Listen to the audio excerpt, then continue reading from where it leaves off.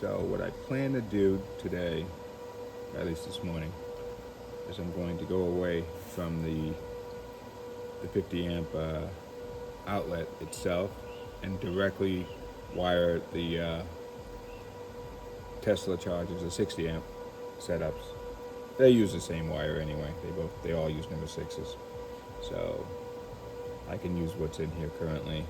Just take off these the extended box, run those number sixes down. I'm gonna come maybe over here to actually put the charger, come right out of one of these knockouts on the side. I'm gonna have to use armored cable or metal clad cable for this.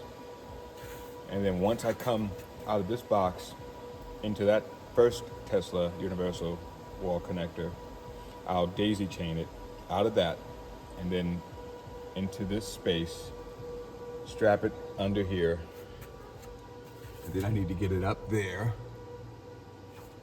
over the door,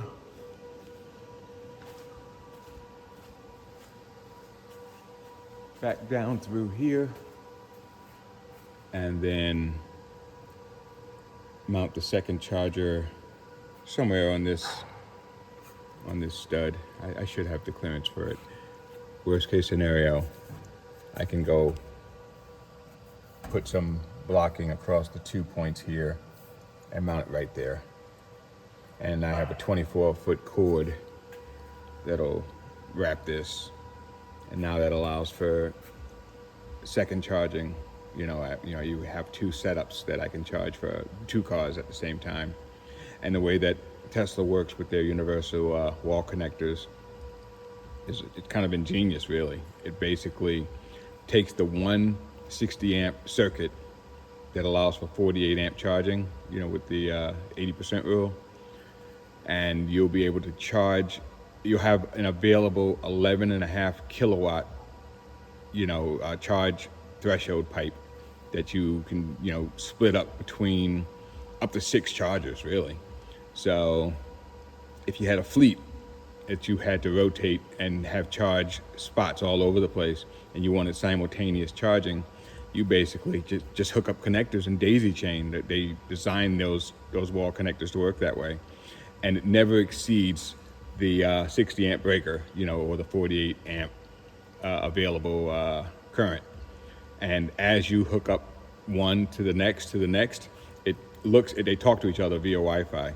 So when you plug the second car in, it says, okay, well, I had the 11.5 kilowatts available. Now let's split that in half. So now each car gets half of that. And if you added a third one, it'll now split it in 3. If you added a fourth one, it'll now split it in 4. So basically it just shares the load, the available 11.5 amongst however many connectors you have. So I find that to be great. And the good news is I won't have to contend with the 14-foot door, which is, yeah.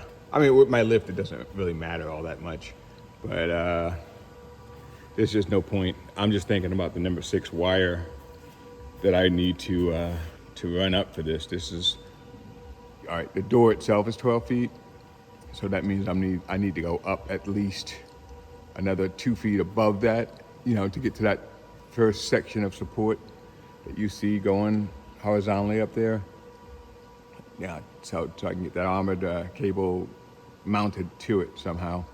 Simple enough with maybe rigid straps or something like that. I'll just check the code to find out exactly what the distances are. But using that metal clad cable really saves you a lot of grief from what the inspector tells me. Even with the going through the wall up there, because I'm going to put a outdoor flood right through the wall here.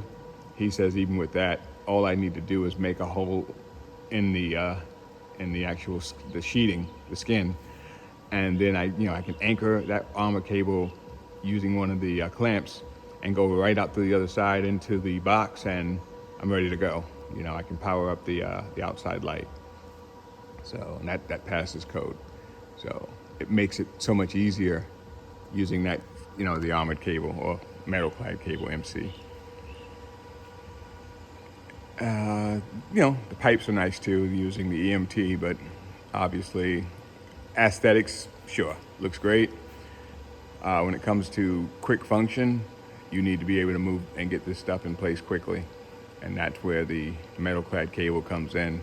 You can put that kind of stuff anywhere. And I'm only limited in here for that. I'm going to put up, a fan, possibly two. And for those, I am certainly going to use the metal clad cable running right up one of these pipes, the tubes. Just makes it easier, quickly. I can have those things wired up and running today. So that's good. And I don't require switches for the fans because they're all Wi-Fi controlled. So that's good. I don't have to have switch legs. I don't have to have anything like that coming back down.